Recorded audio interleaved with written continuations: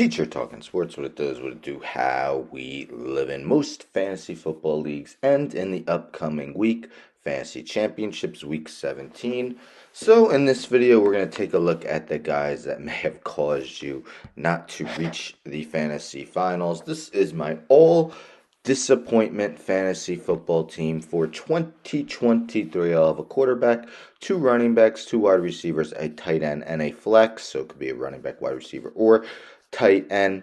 Of course, a lot depends on where they were selected. So it's how they performed compared to their expectations heading into fantasy drafts. So obviously, if a player ranked second at the position performed equally to a guy who was ranked, let's say, 16th heading into fantasy drafts, the player ranked second would be on here.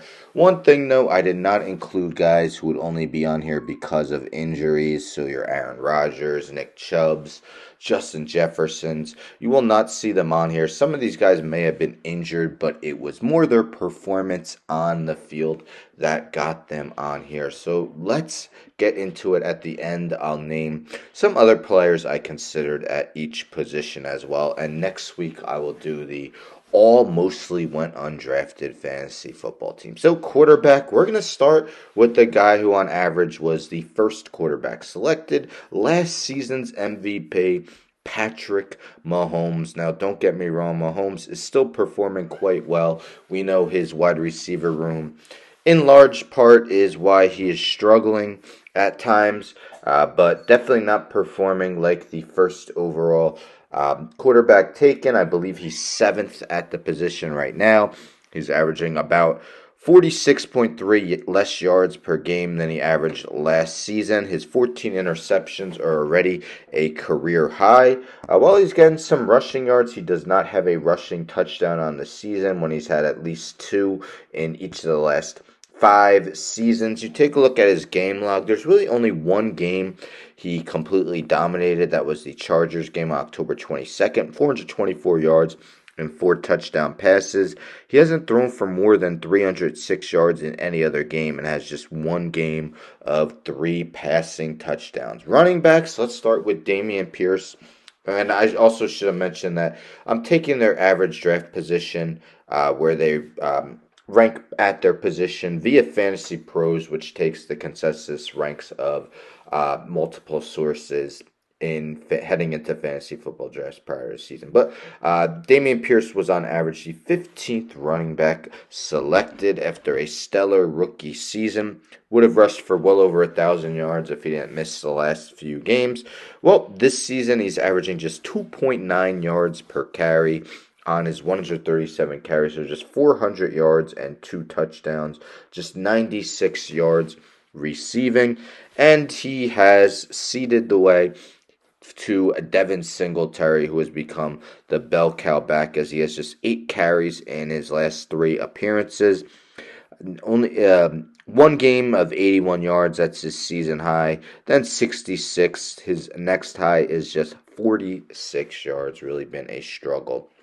Miles Sanders on average, the 21st running back selected. Sanders was actually the highest paid running back in last season's free agency. He got the most money on his free agent deal, expected to be the Panthers' go-to running back. Well, he was to start the season, and now Chuba Hubbard has overtaken him on the depth chart for the season. In 14 games, he has just 404 yards rushing and 1 rushing touchdown. Compare that to 1,269 and 11 respectively with the Eagles last season.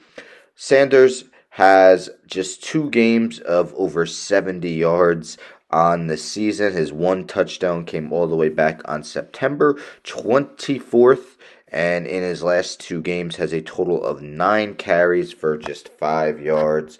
Has really been a struggle for him and the team as a whole. Jahan Dotson, the wide receiver, was on average the 31st one selected, looking to grow off a pretty good rookie season where he had a penchant for the end zone. So he had 7 touchdown receptions in 12 games. Well, this year it's dropped to 4 in 15 games, and he's only averaging 33.4 yards per contest, 501 receiving yards. There was a time where Sam Howell was leading the NFL in passing yards. Wasn't very largely due to him. He really had one breakout game this season, 8 catches for 108 and a touchdown against the Eagles on October 29th. Other than that, he has just 2 other games with 50-plus receiving yards on the year.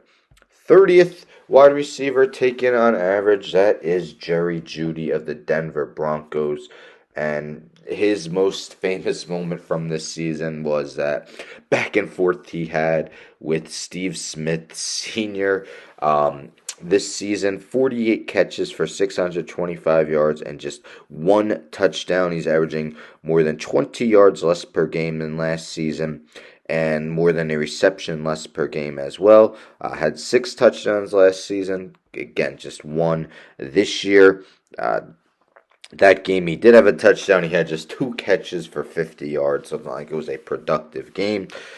He has just 3 games of his 14 where he's totaled more than 60 yards receiving, and he's had a total of, let me see, 10 games, 10 of his 14 games where he's had 3 receptions or less. Tight end.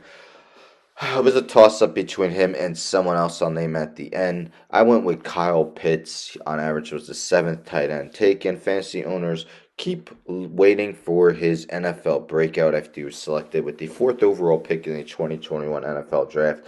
Hasn't happened. I mean, he did have 1,026 receiving yards as a rookie, but just 1 touchdown.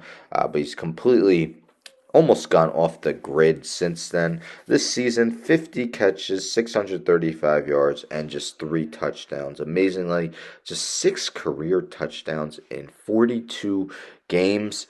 On the season, he has a total of 10 games where he's had less than, 3 receptions or less. So, again, not many productive performances for Kyle Pitts, and I'm sure fans of his probably want to see Arthur Smith get fouled. And the flex, I'm going to go with the running back who was on average selected 2nd overall, that being Austin Eckler of the Los Angeles Chargers. Disappointing season for the Chargers, and especially Eckler, a guy who totaled 18 total touchdowns in 2022.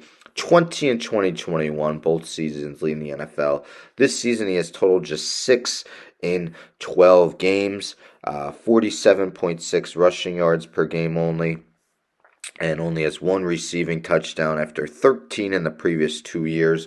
I mean, last year he had 6.3 receptions per game. This year, just 3.6. Got off to a good start. Week 1, 117 yards rushing and a touchdown, but he hasn't totaled more than 67 rushing yards in any other game this season. So that is my all disappointment team. Fantasy Football 2023. Again, quarterback Patrick Mahomes, running backs Dameon Pierce, Miles Sanders, wide receivers Jahan Dotson and Jerry Judy, tight end Kyle Pitts, and flex Austin Eckler. Again, I'll name some other guys I considered.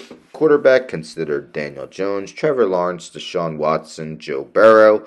Running backs also considered Cam Akers, Dalvin Cook, Bijan Robinson, who on average was the 3rd running back taken, Josh Jacobs, and Najee Harris. Wide receiver also considered Treylon Burks, T. Higgins, Christian Watson, and Kadarius Toney. Kadarius Toney has been completely not fantasy relevant. The reason why I didn't pick him for this was most people didn't draft him to be a starter. He was more a bench piece. And tight end, as I mentioned, was a toss-up really between Kyle Pitts and Darren Waller of the New York Giants. So let me know in the comments who were some of the more disappointing players on your fantasy team this season. Again, next week I will be doing the all mostly went undrafted fantasy football team. I'm sure there's going to be a wide receiver from the Rams on there. Anyhow, don't forget to subscribe. Tell a friend to tell a friend to tell a friend to subscribe. Like the video, share the video, hit the bell for notifications. I'm out.